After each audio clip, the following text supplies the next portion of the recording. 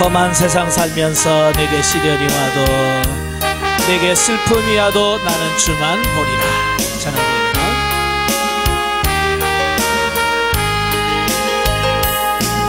험한 세상 살면서 내게 시련이 와도 내게 슬픔이 와도 나는 주만 보리라. 은사자와 같이 천막이 나를 삼키려 나를 유혹하지만 주가 나를 지키리. 환난아 내게 오너라 시련아 내게 오너라. 너가 주님 사랑해서 나를 끊으리요. 나는 괴로움 없겠네. 주가 나와 함께해 나를 인도하시니 나는 주만 따르리. 환난아 내게 오너라 시련아 내게 오너라. 누가 주님 사랑해서 나를 끊으리요. 나는 괴로움 없겠네. 주가 나와 함께해 나를 인도하시니 나는 주만 따르리. 아멘. 은혜로우신 아버지 감사합니다. 오늘도 우리를 사랑하셔서 훌륭히 장소로 인도하시고 요한복음 18장의 말씀을 같이 나눌 수 있도록 은혜 주셔서 감사합니다. 이 시간 성령께서 우리 지각을 열어주셔서 알게 하시고 생각나게 하시고 깨닫게 하여 주셔서 그 말씀대로 사라져지는 우리가 될 수 있도록 도와주옵소서. 시종을 맡겨오며 예수님의 이름으로 감사하며 기도합나이다. 아멘. 오늘 이 시간에는 그 요한복음 18장의 말씀을 같이 나눠보도록 하죠. 자, 18장의 말씀은 이제 예수님의 체포와 그 안나스의 신문, 또 베드로의 부인 사건, 또 빌라도에게 신문을 받는 이 내용들이 나와요. 그러니까 그 요한복음의 18장과 19장이 바로 그 고난주간, 순환주간에 있어서 마지막 금요일에 겪을 예수님의 체포, 신문, 또 죽임당하는 이 모든 사건들을 아주 상세하게 소개하고 있지요. 자, 그 중에 본문은 1절부터 10절, 11절인데요. 체포당하신 예수님에 대한 말씀이에요. 그러니까 본문은 마침내 예수님께서 대적들에게 체포당하심으로 인류 구속사역을 성취하실 때가 되었음을 보여주는 부분이다. 그래서 예수님께서 이 땅에 왜 오셨어요? 예수님께서 이 땅에 오신 것은 뭐예요? 결국 우리를 위하여 십자가를 못 박혀 죽으시기 위해서 오신 거거든요. 그러니까 어찌 보면 이제 예수님께서 마지막 구속사역을 성취할 그 시점에 왔다라고 볼 수 있겠죠. 자, 그런데 본서는 그 예수님의 순환 기사를 그 공간복음과 많은 차이점을 보여주고 있다는 거예요. 그러니까 마태복음과 마가복음, 누가복음 다 그 예수님의 그 붙잡힘과 순환당하신 걸 다 기록을 하고 있지만 그 내용이 조금 다르다는 거예요. 자, 가장 특이한 것이 뭐냐면 공간복음, 그게 마태, 마가, 누가복음이 희생의 제물로 바쳐진 어린 양으로 묵묵히 십자가를 짊어지고 가는 예수님의 연약한 인성적 측면을 강조한 반면, 그러니까 예수님께서 붙잡히시는 걸 보면 예수님께서 아무 반항도 아니하시고 그냥 힘없이 끌려가시는 어떤 이런 모습들을 다 기록을 하고 있다라고 하는 거예요. 자, 그런데 이 본서 요한복음만큼은 하나님의 뜻을 이루기 위한 구속자로서 능동적이고 당당하게 죽음을 맞이하시는 그 예수님의 자발성에다가 초점을 맞추고 있더라라고 하는 거예요. 다시 말하면 예수님께서 힘이 없어서 끌려간 게 아니라는 얘기예요. 힘이 없고 능력이 없어서 끌려가서 그렇게 재판을 받으시고 결국 십자가의 못을 맡기신 것이 아니라고 하는 거예요. 이건 예수님께서 스스로 자발적으로 그 죽음의 자리에 가고 자발적으로 재판을 받으시고 자발적으로 십자가의 못을 박이시고 자발적으로 죽으셨다라고 하는 것을 강조하고 있는 거예요. 다시 말하면 예수님의 죽으심이 인간의 괴계로 인한 패배가 아니라, 그러니까 결국 인간 승리, 마귀 승리가 아니라는 얘기예요. 예수님이 억지로 끌려가서 어떻게 죽으셨다면 어찌 보면 그들이 승리했다라고 볼 수 있겠습니다만은 이건 예수님이 억지로 끌려간 게 아니잖아요. 자발적으로 가셨다고 말이에요. 자기 백성들을 구원하시기 위한 메시아의 영광스러운 최후의 승리의 죽음이라는 사실을 요한이 강조하기 위하여 이렇게 기록했다라고 하는 거예요. 다시 말하면 예수님께서 피굴하게 막 안 죽으려고 하다가 죽은 것이 아니라고 하는 거예요. 승리했다는 사실을 말씀해 주려고 한다는 거예요. 자, 그래서 이러한 사실을 본문에 나타나게 해서 예수님께서 어떤 행동을 하셨는지를 분명하게 기록을 해주고 있어요. 자, 그게 무슨 말이냐면, 첫째, 배반자 가룟 유다가 이미 알고 있는 겟세마네 동산, 즉 자신이 잡힐 곳으로 예수님께서 자진해서 찾아가셨다는 점을 밝히고 있는 거예요. 1절부터 4절 말씀을 보면, 그러니까 이 겟세마네 동산은 이제 기름을 짜는 곳이라는 뜻이잖아요. 그러니까 예수님께서 예루살렘에 올라오셨을 때에 제자들과 이곳에 와서 자주 기도하셨어요. 그러니까 가룟 유다가 지금 제사장한테 가서 뭐라고 그래요? 내가 예수를 팔겠다. 얼마 줄래? 그래서 은 30을 받았잖아요. 그러면 가룟 유다가 예수님을 넘겨야 된단 말이에요. 그리고 예수님이 몰래 꽁꽁 숨으시면 어떻게 찾아요? 못 찾지요. 근데 예수님께서는 평소에 가룟 유다가 너무너무 잘 알고 있는 것, 예수님께서 기도하러 가시면 어디로 가신다? 겟세마네 동산으로 가신다는 걸 알아.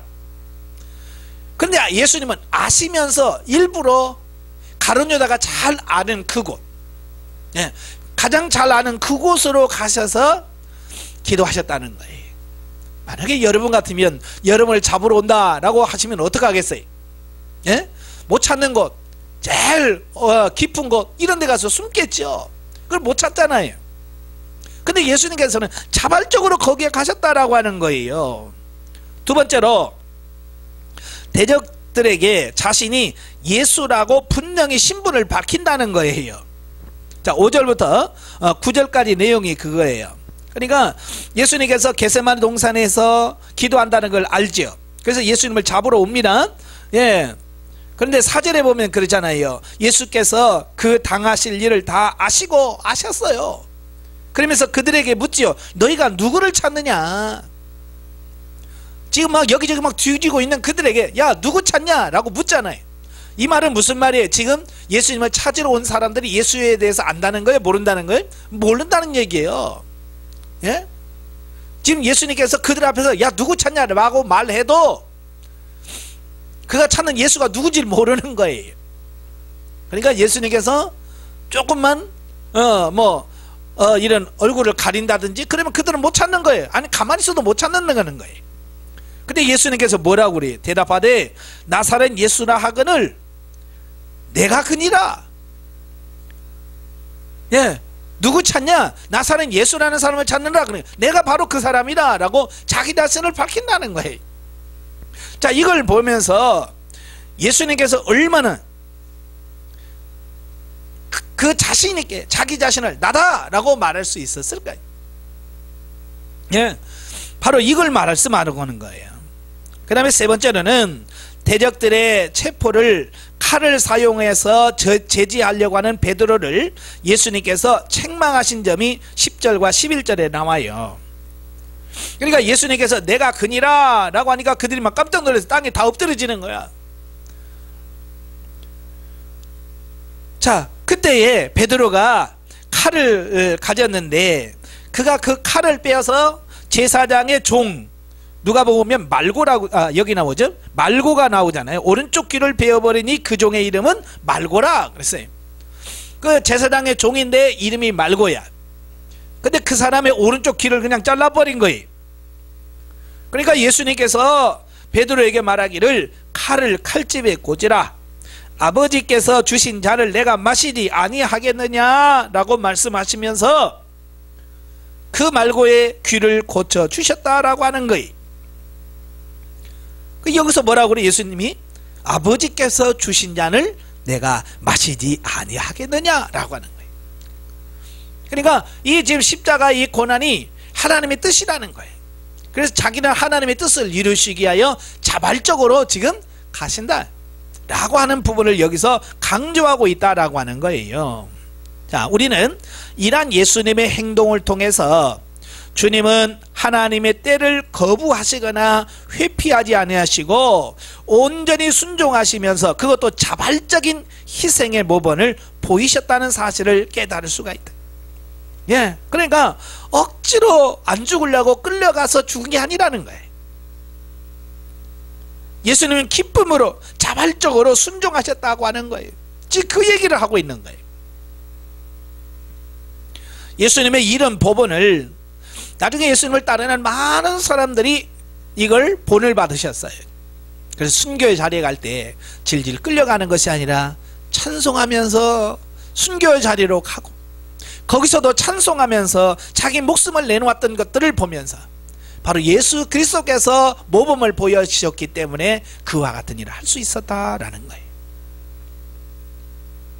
또한 대적들에게 체포를 당하시는 위기의 순간에도 제자들을 놓아달라고 요청을 하지요. 자, 8절과 9절에 보면 예수께서 대답하시되 너희에게 내가 그니라 하였으니 나를 찾거든 이 사람들이 가는 것을 용납하라 하시니, 이 사람들이 누구요? 바로 제자들이에요. 왜 그렇게 하셨느냐? 이는 아버지께서 내게 주신 자 중에서 하나도 잃지 아니하였사옵나이다 하신 말씀을 응하게 하려 하심이라. 그러니까 베드로 같은 제자가 있어서 막 설치다 보면 그 제자들이 상하면 하나님의 예언이 안 이루어지잖아요. 그러니까 하나님의 뜻이 온전히 이루어지려면 어떻게 해요? 제자들이 순수하게 가야 돼. 하나도 다치면 안 된다는 거예요. 그래서 제자들을 놓아달라고 그들에게 요청하는 거죠. 이것은 제자들을 향한 주님의 변함없는 사랑을 알 수 있게 해준다 그랬어요. 예. 그러니까 예수님께서는 끝까지 자기 중심적으로 생각하지 않으시는 거예요. 제자들까지도 끝까지 생각하시고, 예, 그를 위하시는 이런 모습을 본다 그 말이에요. 바로 이런 모습을 보면서 오늘 우리도 이 땅에서 신앙생활을 하면서 예수님처럼 이렇게 좀 넓은 마음을 가져야 되지 않을까라고 하는 거죠. 한편 베드로는 무력으로서 예수님의 체포를 저지하려 한 행동은 예수님께 대한 베드로의 충성심으로 높이 평가할 수 있으나, 그렇죠? 예, 예수님 잡으러 오니까 칼을 빼서 휘둘러서 말고의 귀를 잘라버리는 것은 어찌 보면 베드로의 충성심이라고 할 수 있어요. 칭찬받아 야 마땅할 어떤 그런 행동이죠. 근데 주님은 그걸 꾸짖으셨다 그 말이에요. 왜? 예수님께서 행할 십자가 사역의 성격에 대하여 무지함에서 나온 것이었기 때문이다 그 말이. 다시 말하면 베드로가 칼을 휘두른 것은 지금 하나님의 뜻, 예수님은 왜 죽어야 되는지의 영적 의미, 이런 걸 전혀 깨달지 못한 데서 나온 그런 영적 무지의 소산이란 그 말이에요. 근데 모르니까 그러는 거예요. 예, 우리도 마찬가지예요. 우리가 하나님의 뜻을 정확하게 안다면 실수를 안 할 텐데, 우리가 하나님의 뜻을 정확하게 뭘 의도하는지, 하나님께서 뭘 말씀하려고 하는지를 모르니까 우리는 내 생각대로 행동하는 거예요. 다시 말하면 육신의 감정을 따라 산다 그 말이에요. 베드로처럼. 그래서 예수님께서 자신의 죽음을 만류한 베드로를 꾸짖으신 거예요. 그러므로 우리는 하나님의 뜻과 계획을 깨달지 못한 채 사람의 일만 도모하는 것은 사단의 책략에 넘어가는 것임을 분명히 알아서 나의 열심으로 도리어 하나님의 일을 그르치는 일이 없도록 항상 주의해야 할 것이다. 그러니까 많은 성도들이 베드로처럼 속아. 그러니까 마치 자기가 주님을 위해서 뭔가를 해야 될 것 같은 사명감 때문에 육신의 열심을 통해서 칼을 휘두른단 말이에요. 그렇게 해야만 교회가 될 것 같고 그래야만 뭔가 될 것 같다 그 말이죠. 그런데 결국은 그건 뭐예요? 하나님의 뜻을 거스리는 거예요. 하나님 뜻이 뭐라고 그랬어요? 예, 예수님 십자가를 못 박혀 죽으셔야 돼요. 그게 하나님의 뜻이고 하나님의 교회에 가신 바예요. 그러니까 육적인 열심은 결국 하나님의 뜻을 거스린다는 거예요. 그러니까 열심을 내되 내가 내는 열심이 과연 어떤 열심인가? 육적 열심인가? 영적 열심인가? 또 누구를 위한 열심인가? 이를 정확하게 깨달으셔야 돼. 그래서 고린도후서 11장 2절에 보면 사도 바울이 고린도 교인을 향해서 말씀하잖아요. 내가 하나님의 열심으로 열심을 내노니 그러잖아요. 예, 자기 육신의 열심이 아니라는 거예요. 하나님의 열심으로 내가 너에게 열심을 낸다. 그러니까 우리가 열심히 한다고 무조건 좋은 게 아니에요. 내가 하는 열심이 정말 하나님이 원하시는 열심인가? 하나님의 뜻에 맞는 열심인가? 하나님의 열심인가? 내 열심인가? 육신의 열심인가? 영의 열심인가? 분별해야 된다라고 하는 거예요. 자, 두 번째 단락은 12절부터 27절까지인데요. 자, 예수님에 대한 안나스의 신문과 베드로의 예수님 부인 사건에 대해서 나와요. 자, 본문에서 유다의 배신으로 인해 대적들에게 체포당하신 예수님께서는 사내들인 공회의 원로인 안나스에게 신문을 당한 것과 예수님께서 예언했던 베드로의 예수님 부인 사건이 나오는데요.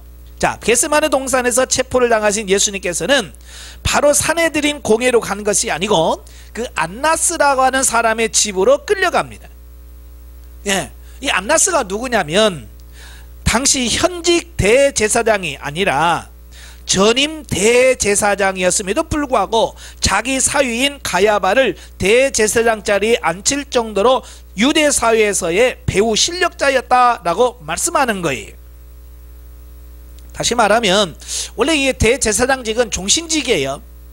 그래서 대제사장이 죽으면 그 자녀 중에서 대부분 이제 장자죠. 예, 그 자녀 중에서 죽은 다음에 자녀 중에서 장자가 그 대제사장직을 위임을 받게 돼요.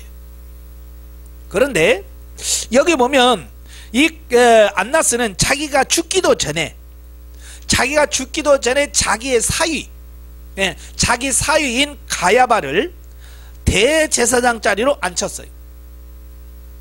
그러니까 정상적인 어떤 이런 것이 아니라고 하는 거죠. 비정상적인 거예요. 자, 그리고 또 그가 먼저 그때 대제사장이 누구라고요? 가야바죠. 예, 가야바인데 이미 은퇴한 이 그 자리에서 물러난 대제사장이 왜 예수님을 재판하냐 이거야. 이건 불법인 거죠. 재판할 자격도 없으면서 왜 재판하냐 이거예요. 왜 예수님을 신문하냐 이거죠. 자, 그러니까 예수님의 재판은 처음부터 모든 게 불법이에요.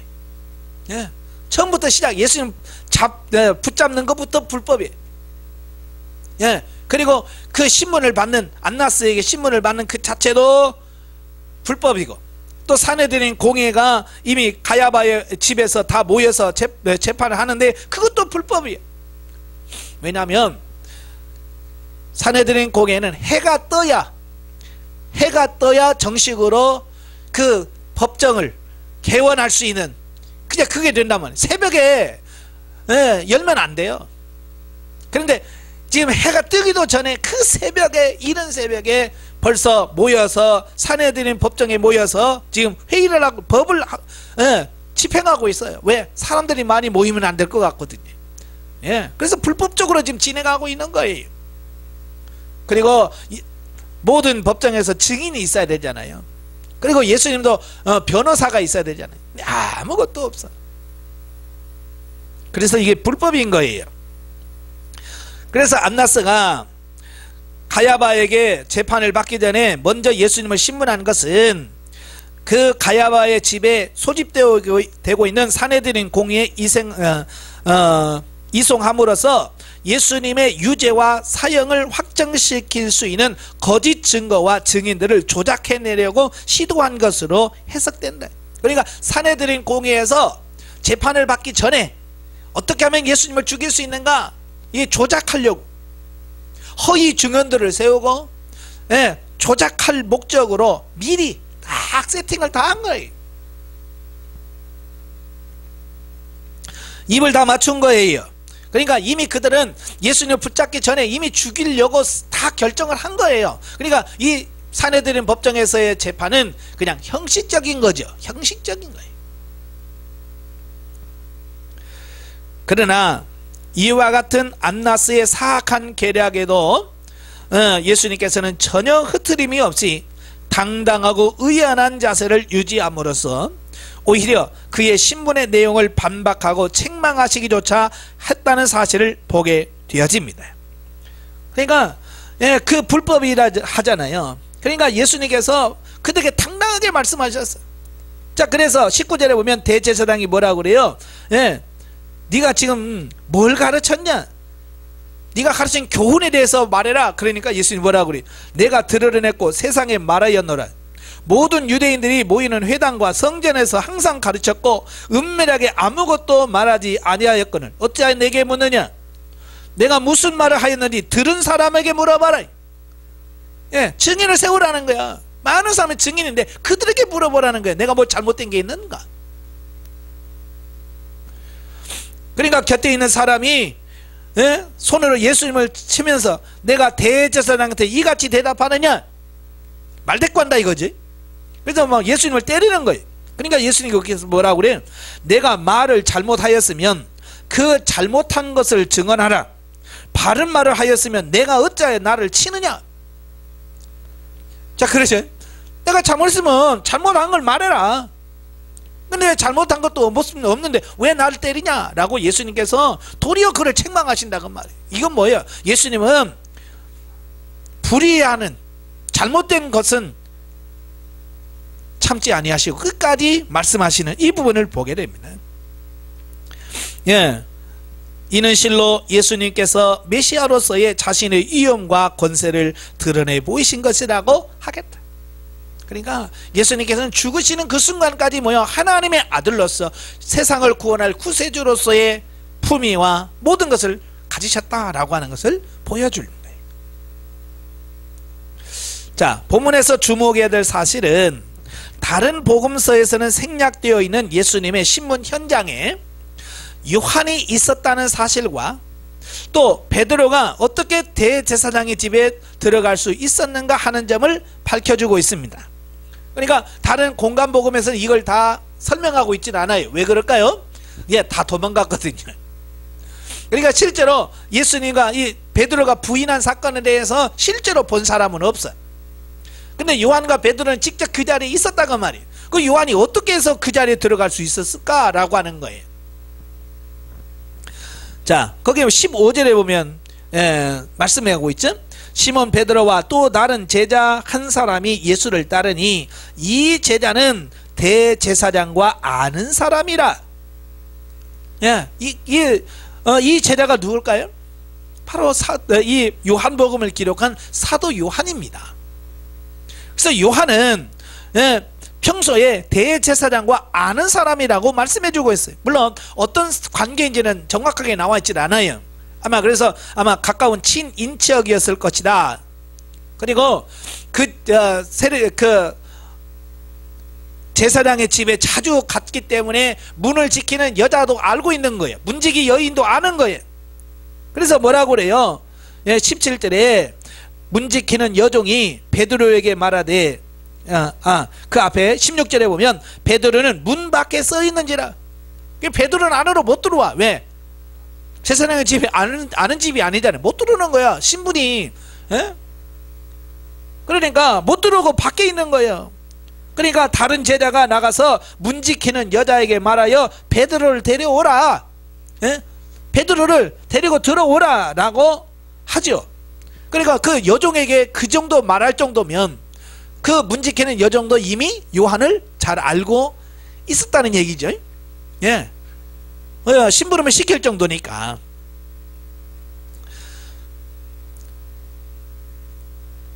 자, 그리고 자, 여기서 이제 6월절 만찬석상에서 다른 사람들이 모두 예수님을 버리고 떠날지라도 자신만은 목숨을 바쳐 충성하겠다라고 호언장담했던 베드로가 불과 하룻밤도 지나기 전에 3번이나 예수님을 모른다고 부인하는 상황이 실제 이루어졌다는 것을 말씀해주고 있어요.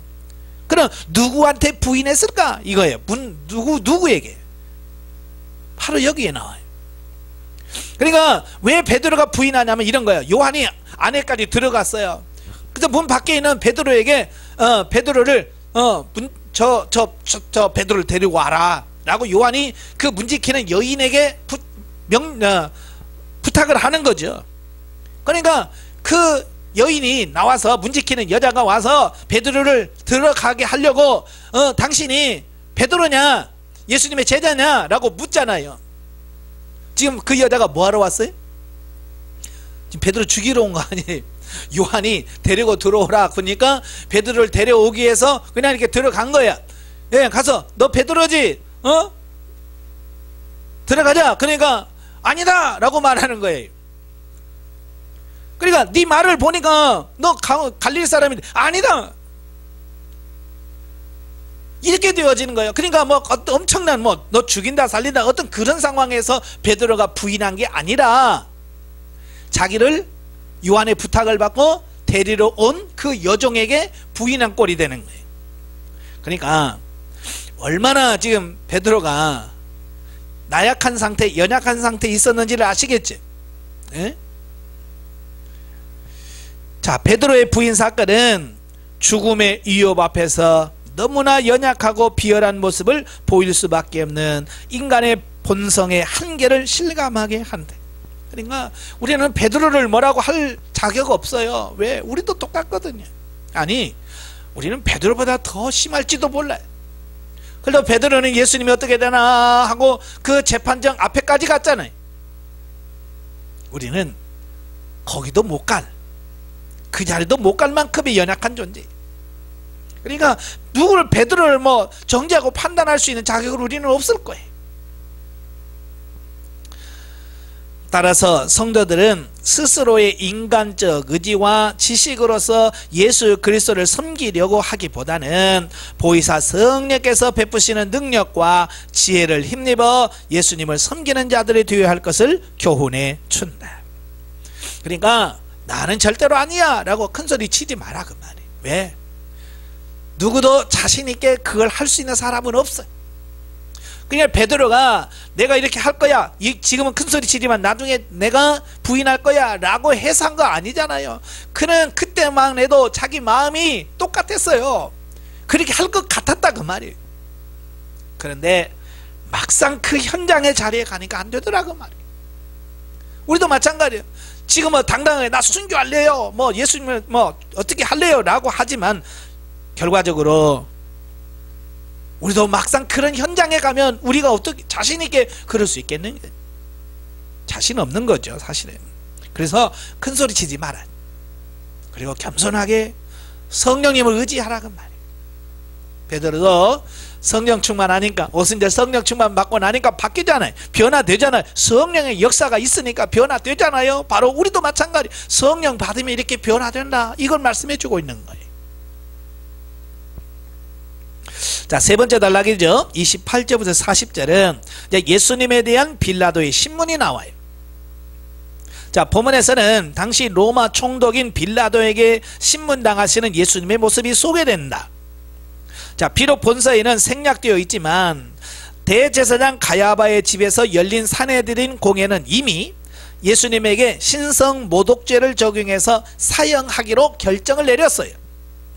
자, 그런데 당시 로마 제국의 식민지였던 유대 사회에는 상당 부분 자치권이 허용되어 있기는 했어도 죄인에게 사형을 선고하고 집행할 수 있는 권한은 로마 정부에서 파견한 총독에게만 주어지고 있어요.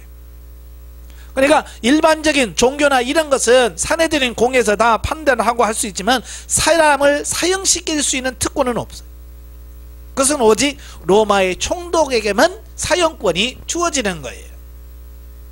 그러니까 그들이 자기 법으로는 예수님을 처형할 방법이 없는 거예요. 그래서 로마 총독인 빌라도에게 데리고 가서 빌라도에게 사형 언도를 내리도록 해서 예수님을 죽이려고 하는, 그러니까 불법을 합법화 시키려고 지금 빌라도에게 예수님을 보내서 신문하도록 한 거죠. 따라서 유대 종교 지도자들은 총독 빌라도에게 예수님을 이송시킵니다. 그리고 자기들이 이미 결정한 대로 사형을 선고해서 집행해 주도록 요구하는 거예요. 그러니까 정당하게 재판을 해서 이 사람이 죽을 죄인지 아닌지를 판별해 주세요가 아니라 이미 우리는 우리 법에 의하면 이 사람은 죽을 죄인이다. 근데 우리는 단지 법을 죽일 수가 없으니까 당신이 죽여달라라고 요구하는 거예요. 이게 말이 안 되는 거지. 자, 물론 이러한 의도를 관철시키기 위해서 그들이 내세운 예수님의 죄목은 신성 모독과 같은 종교적인 것이 아니라 로마 황제에 대하여 반역을 꾀하여 스스로 유대인의 왕이 되려고 한다는 정치적 죄목으로 바꿔놨어. 그러니까 유대 사회에서는 이건 지가 하나님이라고 한다, 신성 모독죄라는 거야. 그런데 신성 모독죄다라고 말하면 총독이 그건 종교적인 문제니까 그건 니네들 알아서 해라 라고 하면 예수님 못 죽인단 말이에요. 그래서 그들이 머리에서 짜는 게 뭐냐면 그 총독에게서의 아킬레스건, 가장 중요한 게 뭐냐면 그 왕, 그 황제의 황제를 걸고 넘어져야 되는 거죠. 그래서 반역을 꾀하고 자기가 스스로 유대인의 왕이 되려고 한다. 이게 반역이지. 그러니까 그렇게 되면 총독도 거기에 대해서 할 수밖에 없죠. 왜냐하면 그 자기 황제에 대해서 반역을 한다니까. 그래서 죄목을 내란 음모죄 딱 해서 정치적 죄목으로 내놓는 거죠. 그러나 빌라도는 예수님을 넘겨받는 그 순간 이미 그 사건들 뒤에 그들이 어떤 음모를 꾸미고 있는지를 아는 거예요. 그러니까 어찌 보면 빌라도는 예수님을 그들이 원하는 대로 해주길 원치는 않는 거예요. 왜? 그들이 의도를 아는데 뭐. 그래서 나름대로 빌라도가 노력을 하지요. 그래서 유대인들이 하도 강요하니까 예수님께서 신문하지요. 33절부터 쭉 보면, 그러니까 빌라도는 예수님을 죽일 의도가 없어요. 그러니까 이는 내가 스스로 하는 말이냐, 내가 유대인의 왕이냐? 라고 질문하잖아요. 진짜로 알았으면 막 노발대발하면서 네가 정말 반역자냐? 라고 했을 텐데 빌라도는 알고 있는 거예요. 아니라는 거. 그러니까 그들이 예수님한테 야, 네가 유대인의 왕이냐? 라고 질문하죠. 그러니까 예수님께서 야, 네가 스스로 하는 말이냐, 다른 사람들이 나에 대해서 한 말이냐? 라고 다시 질문하니까 할 말이 없는 거예요. 그래서 6월절 특사로 석방시켜 주려고 하는 거죠. 그러니까 빌라도도 꽤 노력을 한 건 사실이에요. 예수님을 죽이지 않고 풀어주려고 노력한 건 사실이에요. 그러나 이와 같은 빌라도의 시도는 예수님이 하나님의 아들이심과 온 인류의 구세주라는 사실을 깨달은 데서 비롯된 신앙적 행위가 아니라 본질적으로 자신과 별로 상관없는 문제에 개입하고 싶지 않은 의도였다라고 하는 거예요. 그러니까 진리를 알거나 뭐 공의, 정의를 위해서 예수님 풀어주는 게 아니라 그 말이에요. 그냥 유대인의 사이에 그 종교적인 문제 깊이 관여하고 싶지 않은 거. 왜? 그 속에 들어가면 나올 방법이 없어요. 계속 그들에게 휘둘릴 수밖에 없는 그때 상황, 정치적 상황을 보셔야 돼. 그러니까 빌라도도 나름대로 고민 많이 한 거예요. 그런데 그 빌라도에는 그의 태도는 진실과 정의를 구현하려는 의지가 결여된 무사 안일 그 자체였기 때문에, 그러니까 정확하게 법으로 이건 아니다, 이건 무죄라고 선언을 하셨어야 돼. 그런데 그들은 백성들이 밀란을 일으킬까봐 백성들의 눈치를 보면서 정의를 실행하지 않고 예수님을 그들에게 내어준다 그 말이에요. 그래서 지금까지 교회에서 예배 드릴 때마다 사도신경을 고백할 때마다 뭐라고 그래요? 빌라도에게 고난을 받으시고 라고 말씀하잖아요. 그러니까 무지한 걸 알면서도 공의와 정의를 세우려 하지 않고 단지 밀란이 일어난, 데모가 일어나는 것을 막기 위한 처방으로 예수님을 그냥 내버리는 거예요. 그래서 빌라도가 오고는 모든 기독교의 교회에서 빌라도에게 고난을 받으시고 라고 고백하고 있는 것을 보게 돼요. 이런 걸 보면서 우리가 정말 공의, 정의를 행하는 삶에 대해서 분명히 해야 되겠다. 빌라도처럼 이렇게 우유부단하면 안 되고 상황을 보면 안 된다라고 하는 것을 말씀해주고 있는 거죠. 자, 오늘 본문을 통해서 성경 계시 발전사적 이해를 봅니다. 자, 오늘은 이제 재판에 대한 부분을 우리 같이 한번 보죠. 자, 이 재판이라고 하는 말은 성경에 보니까 신구약 성경에서 141번 나와요. 성경에 141번 나온다는 것은 대단히 많이 나오는 거예요. 엄청 많이 나오는 거예요. 그럼 왜 이 재판이란 말이 참 많이 나올까? 그만큼 재판이라고 하는 것은 중요하다. 성경에서 중요하게 다루고 있는 것 중에 하나가 이 재판이라고 하는 것을 보게 되어지죠. 그러니까 이 인간이 아담과 하와의 타락을 이어받은 인간들은 사는 삶 모든 게 뭐야? 다 죄잖아요. 그죠? 정신 똑바로 차리고 제대로 말씀대로 사는 사람이 얼마나 돼요? 없잖아요. 드물어요. 모두가 다 죄인이고, 그러다 보니까 그 죄를 지울 수밖에 없는 거예요. 그래서 그 죄인들을 어떻게 잘 처리하려고 결국은 뭐가 생겨요? 재판정이 생기게 되고 재판을 할 수밖에 없게 돼요. 그래서 이 출애굽기부터 이 재판이란 말이 처음 등장하게 돼요. 그러니까 물론 그 전에는 재판이 없었냐? 아니요, 있었어요. 그 전에도 나름대로의 재판이 있었어요. 그런데 이제 성경에서 공식적으로 이제 재판이라고 하는 그 글이 등장한 것이 이제 출애굽기부터 이 재판이란 말이 등장을 하게 되죠. 자, 출애굽기 18장 우리 성경을 찾아본서 하겠습니다. 출애굽기 18장 13절부터 27절까지 보면 이래 그 재판에 대한 말씀이 나오는데요. 그러니까 최초의 재판 기록이라고 되어 있죠. 그러니까 출애굽기 18장 13절부터 보면 그의 장인 이드로가 오죠. 이제 시내산에 오니까 미디안 장인이 오죠. 미디안에 있는 이드로가 모세에게 옵니다. 근데 모세가 아침부터 저녁까지 계속 뭔가를 하고 있는 거예요. 사람들 앞에서 쉬지도 못하고. 그러니까 이드로가 지금 뭐 하는 거냐? 그러니까 내가 재판하는 거다. 백성들 가운데 옳고 그름을 내가 받아서 하나님의 말씀을 전한다 라고 말하죠. 그러니까 그때에 얼마나 많은 재판이 모세 때부터 있었는가. 자, 그럴만도 하잖아요. 그죠? 그러니까 출애굽에서 그들의 수를 세보니까 장정만, 그러니까 20세 이상 군대에 나갈 수 있는 사람만 60만 3,550명이에요. 그러니까 그만큼의 여자가 있겠죠. 또 그보다 더 많은 어린아이들이 있었겠죠.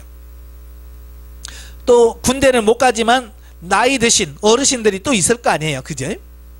그러니까 신학자들도 약 200만에서 250만, 많게는 300만까지 봅니다. 그 많은 사람이 따닥따닥 붙어있는 광야에서 같이 생활해요. 그러니 얼마나 문제들이 많겠어요. 지금처럼 이렇게 지금처럼 이렇게 좋은 집에 철장까지 다 하고 뭐 열쇠까지 다 하고 그래도 재판정에 가면 항상 재판이 끊이지 않는데, 그때는 뭐 그런 게 있긴 하나요? 그냥 천방달랑 치고 사니까. 또 뭐 사람만 사나요? 거기 보면 뭐 분별을 못하는 양도 있지요, 또 소도 있지요, 염소도 있지요. 이것들이 경계선을 압니까? 그냥 막 여기서 없고 저기서 뒤에 있고. 그러니 참 생각만 해도 진짜 상상이 가잖아요. 그러니 얼마나 섭섭한 게 많겠고 얼마나 부딪히는 게 많겠어요. 그러니까 억울한 게 많으니까 모세에게 와서 재판해달라고 그러는 거잖아요. 그러니까 이대로가 그러죠. 혼자는 못한다 이거. 그러니까 1000부장을 세우고 100부장을 세우고 50부장을 세우고 10부장을 세워서 그들로 작은 것은 그들로 재판하게 하고, 너는 그들이 풀 수 없는 중요한 것만 해라 라고 권면을 하지요. 그러니까 모세가 생각해 보니까 그럴 것 같거든요. 그래서 모세가 백성 중에서 유능하고 지혜롭고 그런 사람을 세우죠. 그래서 1000부장, 100부장, 50부장, 10부장을 세워서 그들을 때를 따라서 재판을 하게 하고, 그들이 풀 수 없는 어려운 문제만 모세에게 가져오도록 만들어요. 그러니까 그때부터 이미 재판이 이제 보편화됐다라고 보면 되겠죠. 자, 그러다가 이제 사사시대로 가면 사사기 5장에 보면, 사사기 4장 5절에 보면 그는 에브라임 산지 라마와 베델 사이에 드보라의 종려나무 아래에 거주하였고 이스라엘 자손은 그에게 나와 재판을 받더라 그랬어요. 사사 드보라 얘기거든요. 그러니까 삼손까지 해서 13명의 사사들을 세우죠. 이 쇼페팀이라고 합니다. 이 사사를 쇼페팀이라고 하는데 바로 재판장이라는 뜻도 그 안에 포함되어 있어요. 그러니까 이 사사시대의 사사는 행정도 관장했고 또 군인들을 모아서 전쟁터에 나가는 군사적인 부분도 총괄하고, 더 나가서 백성들에게 재판할 일이 있으면 재판도 하고, 어찌보면 왕의 역할을 했다 그 말이에요. 그만큼 사사시대에도 이 재판할 수 있는 권한이 누구 있었냐? 사사에게 있었다라고 이렇게 말씀을 하지요. 예. 자, 그러면서 열왕기상 3장에 보면 이제 4절부터 보면 누가 나오냐면 솔로몬이 나와요. 솔로몬이 다윗의 뒤를 이어서 왕이 되죠. 왕이 되면서 그가 기브온에 큰 산당이 있어서 거기서 1000번제를 드립니다. 뭔가 하나님께 요구하는 게 있겠죠. 정말 하나님께 간절히 바라는 소원이 있었어요. 그래서 1000번제를 드려요. 그러니까 하나님께서 그 솔로몬의 마음을 아시고 꿈에 나타나서 그에게 내가 네게 무엇을 줄고 너는 구하라 라고 말씀하시는 거지. 그때 솔로몬이 하나님께 구한 게 있어요. 그게 뭐냐면, 주의 종 내 아버지 다윗이 성실과 공의와 정직한 마음으로 주와 함께 주 앞에서 행함으로 주께서 그에게 큰 은혜를 베푸셨고, 또 주께서 또 그를 위하여 이 큰 은혜를 항상 주사 오늘과 같이 그의 자리에 앉을 아들을 그에게 주셨나이다. 나의 하나님 여호와여, 주께서 종으로 종의 아버지 다윗을 대신하여 왕이 되게 하셨사오나 종은 작은 아이라 출입할 줄을 알지 못하고 주께서 택한 백성 가운데 있나이다. 그들은 큰 백성이라 수요가 많아서 셀 수도 없고 기록할 수도 없사오니 누가 주의 이 많은 백성을 재판할 수 있사오리까. 듣는 마음을 종에게 주사 주의 백성을 재판하여 선악을 분별하게 하옵소서. 그러니까 이제 솔로몬이 다윗의 뒤를 이어서 왕이 됐는데, 왕이 된 솔로몬이 보니까 제일 힘든 게 뭐냐면 재판하는 일이에요. 예? 재판하는 게 너무 어려운 거예요. 너무 힘든 거예요. 뭐 지금처럼 뭐 과학적인 뭐 이런 것이 있나요? 서로 자기가 옳다고 주장하니까. 그러니까 아마 왕이 됐지만 솔로몬이 제일 힘들었던 게 그런 것 같아요. 그러니까 하나님 1000번제를 하면서 제발 내게 재판을 할 수 있는, 그 재판할 수 있는 지혜를 달라고. 그러니까 하나님의 마음에 속 드는 거죠. 예. 왜? 하나님의 백성을 하나님의 뜻대로 말씀대로 잘 재판해서 서로 불의가 없고 공의롭고 정의로운 나라를 세우겠다고 하는 거예요. 하나님이 원하시는 게 그거거든요. 그러니까 그걸 하겠다는 거야. 그러니까 하나님이 너무 기뻐가지고 뭐라고 그래? 내가 너에게 전무후무한 지혜를 주리라.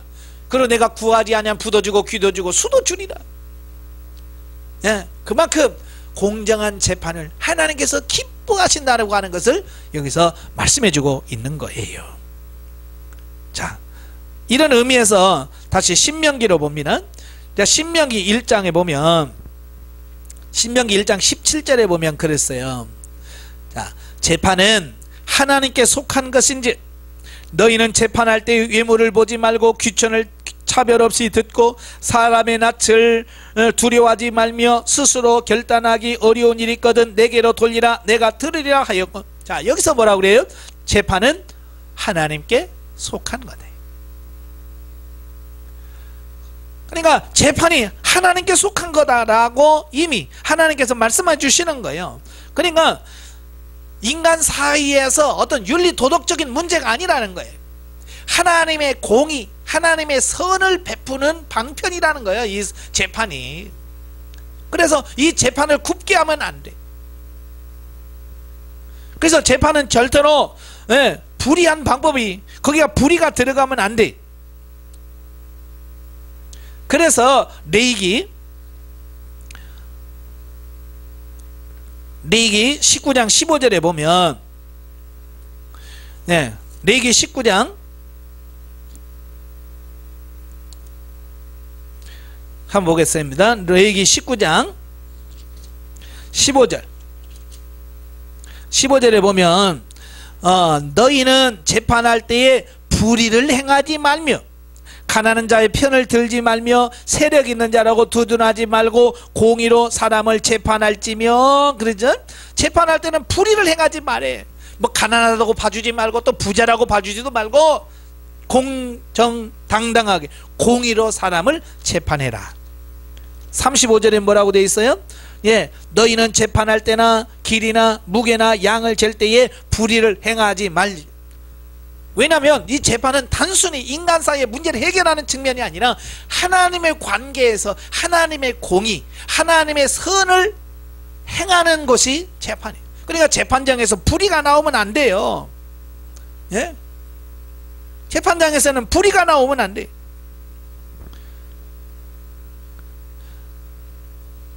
그래서 이사야 33장 22절에도 하나님이 우리의 재판장이시라. 사람이 재판하는 게 아니라 하나님이 공정한 재판을 원하신다, 그 말씀을 하고 있는 거예요. 그래서 출애굽기 22장 28절에 보면, 그 잘못 프린트가 됐죠? 28절입니다.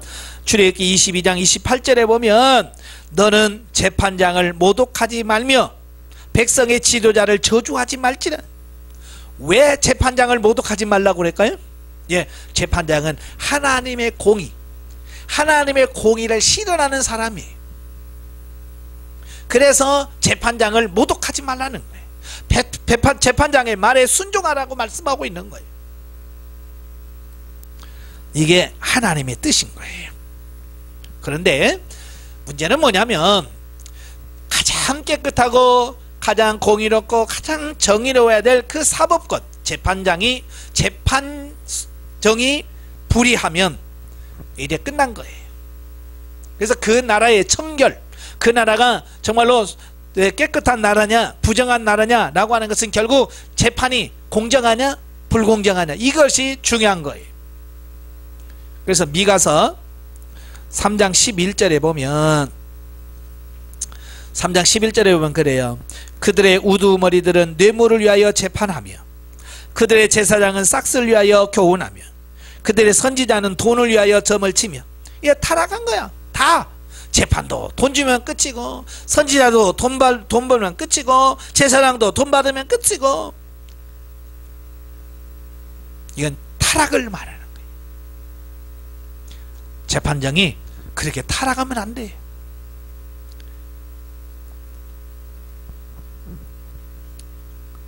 자, 그래서 예수님이 재판받으시는 이 요한복음 18장 19장에 봐도 제가 계속 말씀하잖아요. 예수님의 재판은 처음부터 끝까지 다 뭐라고요? 불법이에요. 예, 하나님의 뜻대로 공정한 재판이 안 이루어져. 다 불법이야. 왜 하나님께서 유대인들을 멸망시킬 수밖에 없는지, 왜 이스라엘을 멸망시킬 수밖에 없는지를 보여주는 거야. 이렇게 불의와 불법이 선행 거 아닌가. 도무지 그 나라는 하나님의 나라에 합당하지 않는 거예요. 그래서 하나님께서 AD 70년에 이스라엘을 이 나라에서 그냥 없애버린 거예요. 2000년 동안. 그래서 나라 없이 서름을 당하면서 그 고난을 받은 거예요. 나라가 공의로워야 돼. 재판이 정의로워져야 돼. 자, 그런데 문제는, 자, 이 재판이 단순히 이 땅에서 그냥 공정하냐 이것만 따지면 안 되는 거예요. 하나님께서 왜 자꾸 구약에서부터 재판을 불의하면 안 된다, 공정하게 해라 라고 말하냐 이거야. 그러니까 이 세상의 재판은 결국 하나님의 나라에서 있을 그 심판의 공정성에 대한 부분을 보여주는 거예요. 예표요, 그림자인 거예요. 그러니까 하나님의 나라가, 하나님의 그 법이 이 땅에 공평하게 잘 진행되고 있다라고 하는 것이 재판을 통해서 나와야 돼. 왜? 그래야 재판은 공평하다라고 해야 나중에 하나님에 나가서 하나님 앞에 재판을 받는다 그러면 그럼 믿을 수 있어 라고 한다 그 말이에요. 근데 재판회에서 못 믿으니까 어때요? 재판에 가서 판결을 해도 전부 다 불복하는 거예요. 그러니까 세상에서 불복하다 보니까 결국은 나중에 하나님 앞에 가서도 뭐 어떤 사람이 많겠어요? 예를 들어서 하나님께서 넌 지옥 가! 그러면 나는 안 갑니다. 왜 내가 지옥 가야 됩니까? 라고 말하는 사람이 있더라고 말이. 왜? 이 세상에 법이 불공정하기 때문에 그걸 하나님께서 염두에 두신 거예요. 자, 그래서 이제 디모데후서 4장 8절에 보면, 디모데후서 4장 8절에 보면 뭐라고 되어 있어요? 이후로는 나를 위하여 의의 면류관이 예비되어 있으므로 주 곧 의로우신 재판장이 그날에 내게 주실 것이요 내게만 아니라 주의 나타나심을 사모하는 모든 자에게도다. 그죠? 예, 의의 의로우신 재판장이 그날에 하나님의 나라에서 우리를 판단하실 의로운 재판장이 계시다는 거예요. 그분이 바로 예수 그리스도요, 하나님이시요. 그리고 결국은 최후의 심판이 나오죠. 예, 마지막 심판이 나옵니다. 계시록 20장 11절부터 보면, 또 내가 크고 흰 보좌와 그 위에 앉으신 이를 보니 땅과 하늘이 그 앞에 피하여 간데 없더라. 또 내가 보니 죽은 자들이 큰 데나 작은 데나 그 보좌 앞에 서 있는데 책들이 펴있고 그 다른 책이 펴졌으니 곧 생명책이라. 죽은 자들이 자기 행위를 따라 책들에 기록된 대로 심판을 받으니, 이제 마지막에 둘째 부활이 일어납니다. 예, 둘째 부활은 뭐예요? 예, 하나님 믿지 못하고 죽은 영혼, 죽었던 사람들 육체가 부활을 해요. 예, 그들은 다 백보자 심판에 가. 그래서 백보자에서 그 행위대로 다 심판을 받게 돼. 거기서는 뭐예요? 불의가 있어요, 없어요? 전혀 없어. 그들의 행한 대로 심판한다는 거예요. 그러니까 이 세상의 재판은 하나님의 마지막 이 백보자 심판을 향한 예표요, 그림자라는 말이에요. 그래서 이 땅에 공정해야 돼. 재판이 공정해야지 하나님의 나라의 심판도 공정하다고 인정하게 되는 거예요. 그래서 이 땅에서 불의하면 하나님께서 가차없이 치시는 거예요. 결론입니다. 맨 밑에, 이 세상에서의 재판은 결국 하나님 앞에서의 받을 심판의 예표요, 그림자로서 공정해야 한다. 공정해야 돼. 공정.